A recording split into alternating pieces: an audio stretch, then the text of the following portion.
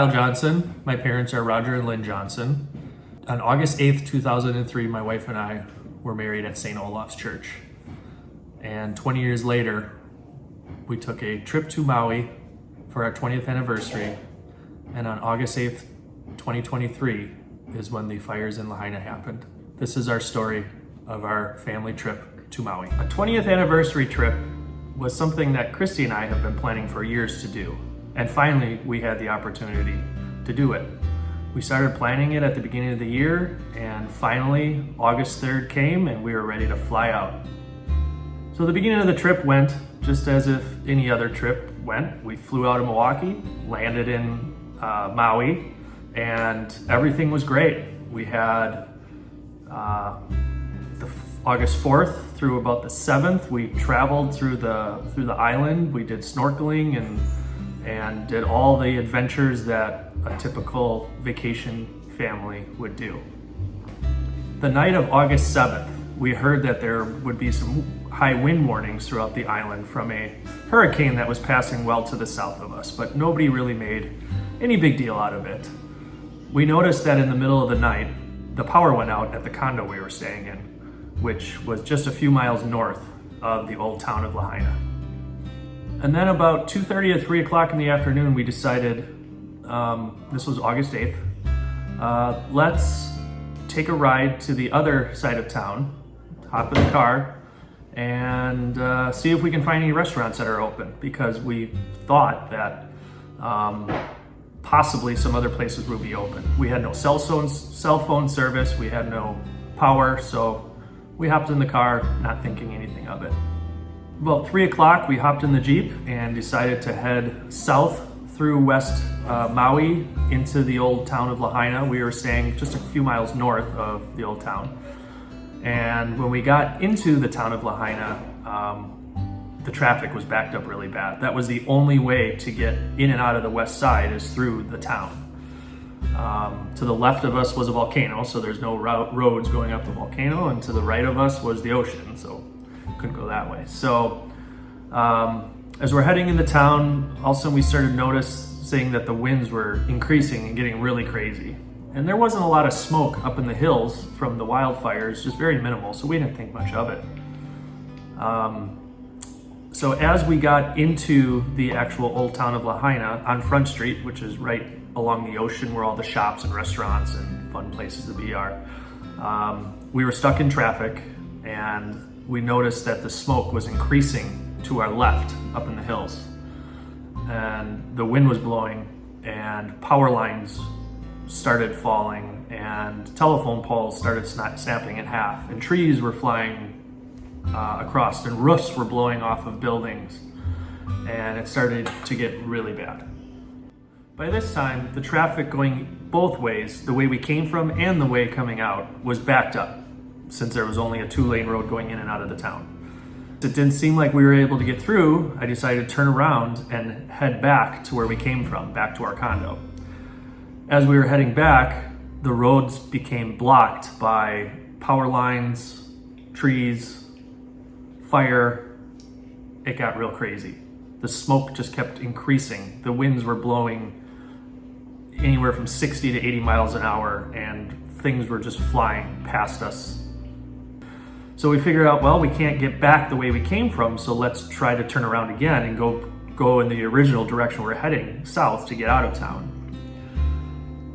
But the traffic was blocked that way, so we probably did about 2 or 3 circles in the town just trying to get out.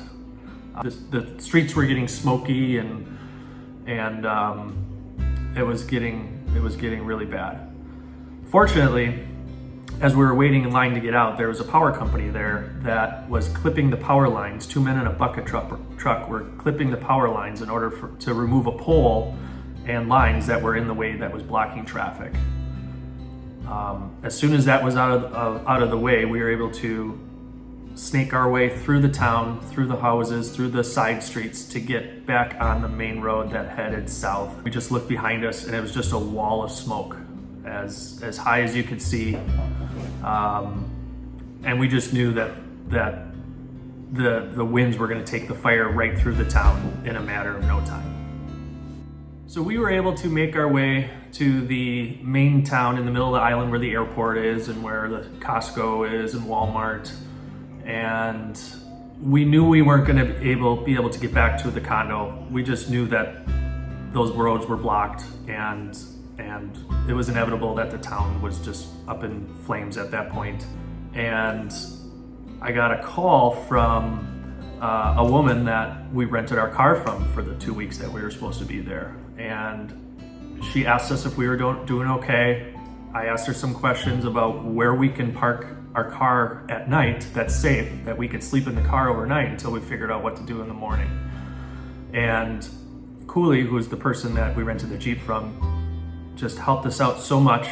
She was actually a resident of Lahaina. They evacuated as well, but it seemed like they were almost more concerned for us and our safety to get out of the town, make sure we're safe. And she really helped us and pointed us in the right direction on what to do while we were basically stranded. So that night we slept in the Jeep, the four of us, in a Walmart parking lot. The parking lot was packed from all the incoming flights of people that were trying to get to the resorts that couldn't make it because the roads were blocked. A lot of them had no idea what was going on. And also people that had fled and had nowhere else to go. That morning, we hardly slept at all. My wife, Christy, said, you know what? We just need to get off this island. It's a major disaster. It's really bad here.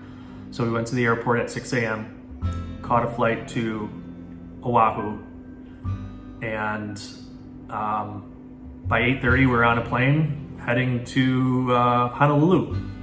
When we got to Honolulu, all we had was the clothes that were on our back at the time, and luckily we grabbed our wallets and our phones, but we had no chargers for anything or all the modern conveniences or any extra clothing or anything.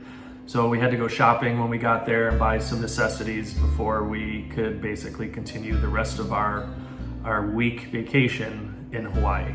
Every day that we were in Honolulu, I was in contact with Cooley, who was in Lahaina.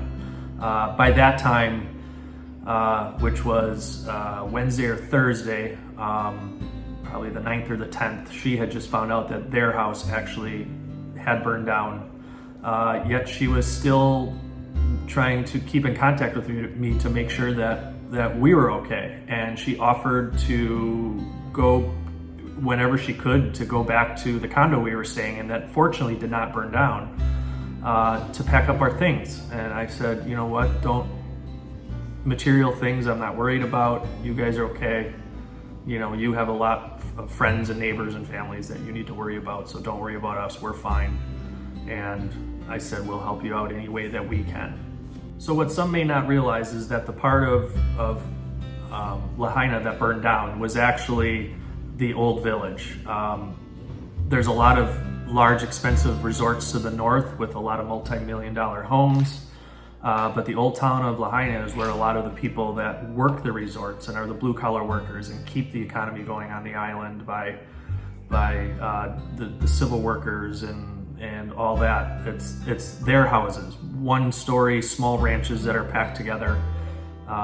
That's where kind of the heart of the west side of Maui lives, and probably a lot of Maui, the island itself, lives. And then from there they go off to work and are able to work in the service industry. And those are the roads and neighborhoods that we drove through as we were trying to escape. And now looking at the aerial footage of the roads that we were on, pretty much all their homes and businesses are completely gone. Our friend Cooley and her family, without a home, they lost everything in the fires, have been collecting money and actually making runs up to Lahaina and the towns close to it with supplies. They've been taking donations and purchasing things on their own, and they've been committed to helping all the displaced people. So if there's anything you can do to help them, they would appreciate it, we would appreciate it, and please do what you can.